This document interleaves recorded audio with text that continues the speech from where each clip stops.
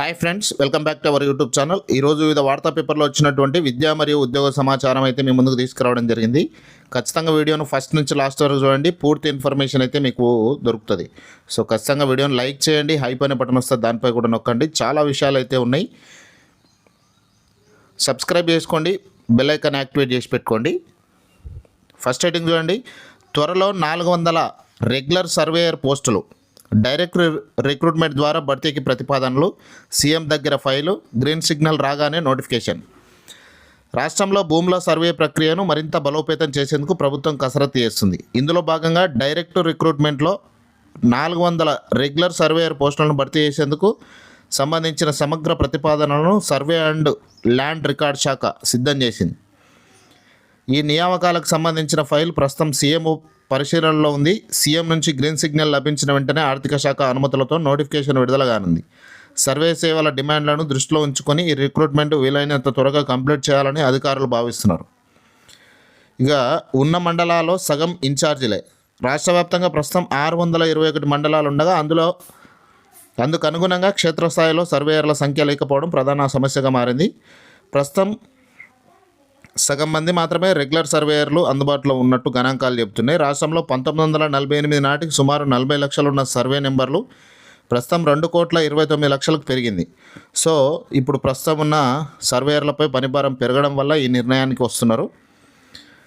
రాష్ట్రంలో 32 జిల్లాల నుంచి 70 గ్రామాల చొప్పున 2,240 గ్రామాలకు సెలెక్ట్ చేసి భూముల రీసర్వే చేపట్టాలని ప్రభుత్వం నిర్ణయించింది. ఇలా దశలవారీగా మొత్తం భూములను సమగ్రంగా సర్వే చేయాలని భావిస్తుంది. నిజాం కాలం నాటి పాత నక్షాలు లేని 378 గ్రామాల్లో ఇప్పటికే 5 గ్రామాల్లో సర్వే పూర్తి కాగా మిగిలిన 373 గ్రామాల్లో లేటెస్ట్ టెక్నాలజీతో పనులు వేగంగా కొనసాగుతున్నాయి. ఇక ఈ రీసర్వే ప్రాసెస్లో గొలుసులు, టేపుల వంటి పాత పద్ధతులకు స్వస్తి పలికి డిజిపిఎస్, రోవర్స్, జిఐఎస్, క్యూజిఐఎస్ వంటి అత్యాధునిక సాంకేతిక పరిజ్ఞానాన్ని వినియోగించుకోనున్నారు. ఇప్పటికే 411 రోవర్స్ కొనుగోలు చేయగా త్వరలో మరో 400 రోవర్స్లను సేకరించేందుకు ఏర్పాట్లు జరుగుతున్నాయి. అయితే ఇంతకుముందు లైసెన్స్డ్ సర్వేయర్లను కొంతమందికి ట్రైనింగ్ ఇచ్చి తీసుకున్నారు కదా, వాళ్ళని ఏం చేస్తారనే డౌట్ కూడా ఉన్నది. లైసెన్స్డ్ సర్వేయర్లు ఉన్నట్టా లేనట్టా? భూముల సర్వేకు రెగ్యులర్ సర్వేయర్లతో తోడు లైసెన్స్డ్ సర్వేయర్లను వినియోగించుకోవాలని ప్రభుత్వం నిర్ణయించినప్పటికీ ఎక్కడా కూడా వాటిని వాడుకోవడం లేదు. గత ఏడాది మే నెలలో నోటిఫికేషన్ ఇచ్చి రాష్ట్ర వ్యాప్తంగా దాదాపు 6,000 మంది లైసెన్స్డ్ సర్వేయర్లను తీసుకున్నారు. వీరికి ప్రత్యేక ట్రైనింగ్ ఇప్పించి విధుల్లోకి చేర్చుకున్నారు. ప్రతి మండలానికి 4 నుంచి 6 సర్వేయర్లను కేటాయించారు. అయితే విధుల్లోకి చేరి నెలలు గడుస్తున్న క్షేత్రస్థాయిలో వీరి పరిస్థితి అగమ్యగోచరంగా మారింది.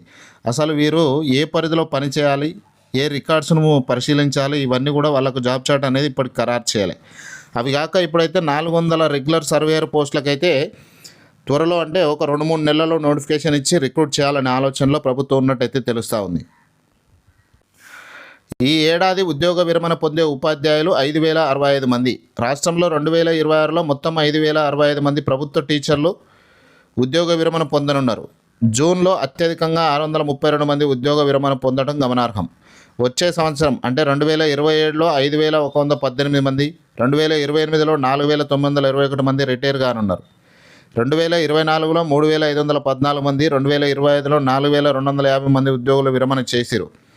మొత్తం మీద 2024 నుంచి 2028 వరకు 22,868 మంది టీచర్లు పదవి విరమణ పొందుతారు. కాంగ్రెస్ ప్రభుత్వం అధికారంలోకి వచ్చిన తర్వాత సుమారు 10,000 టీచర్లు కొత్తగా నియమించిన సంగతి తెలిసిందే. అదే సమయంలో ఈ 2.5 ఏళ్లలో అంతే సంఖ్యలో ఉద్యోగ విరమణలు కూడా జరిగినాయి. అంటే 10,000 రిక్రూట్ చేసిరు, 10,000 వేకెంట్ అయినాయి. సో నెక్స్ట్ డిఎస్సి రావడానికి ఎక్కువ అవకాశాలు అయితే ఉన్నాయి. దాదాపు 10,000 నుంచి 15,000 వరకు డిఎస్సి వస్తే బాగుంటుందని నిరుద్యోగులు అనుకుంటున్నారు. ప్రభుత్వం కూడా ఆ విధంగానే నిర్ణయం తీసుకునే అవకాశం అయితే కనిపిస్తుంది. నల్గొండలోని మహాత్మా గాంధీ యూనివర్సిటీలో వివిధ విభాగాల్లో పార్ట్ టైం అధ్యాపకుల భర్తీకి సంబంధించిన నోటిఫికేషన్ వచ్చింది. జూలై 15లోగా అప్లికేషన్ చేసుకోవాలి. సంబంధిత కాలేజీల్లో అంటే యూనివర్సిటీ పరిధినాల్లో దరఖాస్తులు సమర్పించాల్సి ఉంటుంది. సంబంధిత విభాగంలో పీజీ 55% మార్కులతో ఉండాలి. నెట్, సెట్, ఎంపీలు, పిహెచ్డి ఉన్న వాళ్ళకు మొదటి ప్రాధాన్యత ఉంటాయి. మొత్తం 12 పోస్టులు ఖాళీగా ఉన్నాయి. కెమిస్ట్రీలో 1 ఉన్నది, బాటనీలో 1 ఉన్నది, ఫిజిక్స్లో 2 ఉన్నాయి, ఎంఏ తెలుగు 1 ఉన్నది, సైకాలజీ 1 ఉన్నది, ఎంసీఏ 2 ఉన్నాయి, ట్రిపుల్ ఈ ఇంజనీరింగ్ సంబంధించి ఒకటి, ఈసీఈకి సంబంధించి ఒక పోస్టు, సిఎస్సికి సంబంధించి ఒక పోస్ట్ ఉన్నాయి. మొత్తం 12 పోస్టులకు సంబంధించిన రిక్రూట్మెంట్ ఇది. ఖచ్చితంగా జూలై 15లోగా అప్లికేషన్ చేసుకోండి. మహాత్మా గాంధీ యూనివర్సిటీలో కలిస్తే మీకు క్లారిటీగా ఇన్ఫర్మేషన్ అయితే దొరుకుతుంది. మండల కేంద్రమైన రేగోడ్ కస్తూర్బా గాంధీ బాలికల జూనియర్ కాలేజీల్లో అధ్యాపకుల నియామకానికి దరఖాస్తులు స్వీకరిస్తున్నారు. పీజీసీఆర్టీగా ఇంగ్లీష్ మీడియంలో బోధించుటకు గాను పోస్ట్ గ్రాడ్యుయేట్ బీఈడీ సర్టిఫికేట్తో పాటు అనుభవం కలిగిన మహిళా అభ్యర్థులు దరఖాస్తు చేసుకోవాలి. మ్యాథ్స్లో ఒకటి ఉంది, ఫిజిక్స్లో ఒకటి ఉంది, ఇంగ్లీష్లో ఒక పోస్ట్ ఖాళీగా ఉంది. ఆసక్తి కలిగిన మహిళా అభ్యర్థులు కేజీబీవీలో జూలై 2వ తేదీన ఒరిజినల్ సర్టిఫికేట్లతో సాయంత్రం 5 గంటలలోపు దరఖాస్తు చేసుకోండి.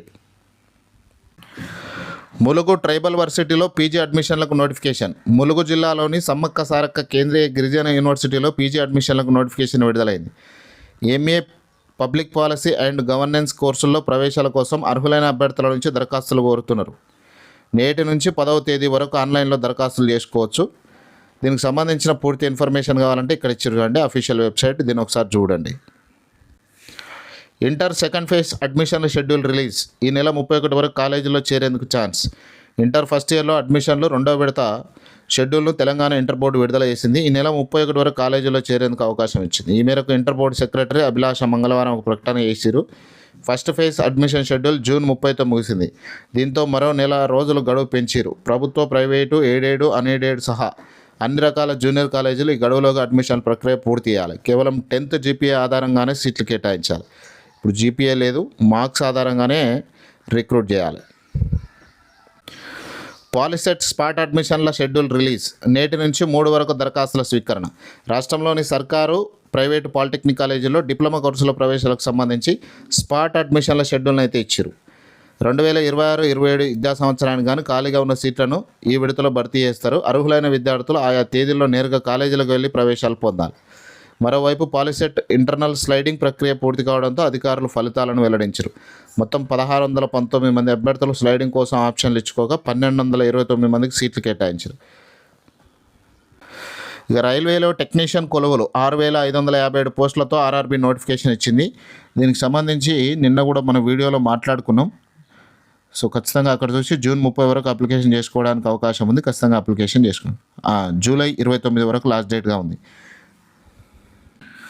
6 నుంచి బీఆర్కు కౌన్సిలింగ్. బీఆర్కిటెక్చర్ కౌన్సిలింగ్ ప్రక్రియను జూలై 6 నుంచి నిర్వహించనున్నారు. 3న షెడ్యూల్ విడుదల చేయనున్నట్టు కన్వీనర్ చెప్పారు. 6 నుంచి 19 వరకు ఆన్లైన్లో రిజిస్ట్రేషన్ చేసుకోవాలి. ధ్రువపత్రాల పరిశీలన 23న, తొలి విడత సీట్ల కేటాయింగ్ ఆగస్టు 12న కేటాయిస్తారు. 2వ విడత కౌన్సిలింగ్ ఆగస్టు 19 నుంచి నిర్వహిస్తారు. అంబేద్కర్ ఓవర్సీస్ విద్యానిధికి దరఖాస్తుల ఆహ్వానం. 2025-26 విద్యా సంవత్సరానికి గాను అంబేద్కర్ ఓవర్సీస్ విద్యానిధి పథకం కింద విదేశాల్లో ఉన్నత చదువులు చదవాలనుకునే అర్హులైన ఎస్సీ విద్యార్థుల నుంచి దరఖాస్తులు ఆహ్వానిస్తున్నారు. రాష్ట్రానికి చెందిన అర్హులైన వారు ఈ ఉపకార వేతనాల కోసం నేటి నుంచి ఆగస్టు 31 వరకు దరఖాస్తు చేసుకోవచ్చని పేర్కొన్నారు. ఈ పాస్ వెబ్సైట్లో అప్లికేషన్ చేసుకోవాలి. ఇది ఫ్రెండ్స్ ఈరోజు వరకు ఉన్నటువంటి విద్య మరియు ఉద్యోగ సమాచారం. ఇన్ఫర్మేషన్ ఎట్లా అనిపించిందో కామెంట్లో రాయండి. వీడియోని లైక్ చేయండి, మీ ఫ్రెండ్స్తో ఈ వీడియోని పక్కా షేర్ చేయండి. ప్లేస్టోర్ నుంచి మున్నాబడి అనే యాప్ను ఖచ్చితంగా డౌన్లోడ్ చేసుకోండి. వాట్సాప్ గ్రూప్లో కూడా జాయిన్ కాండి. Thank you.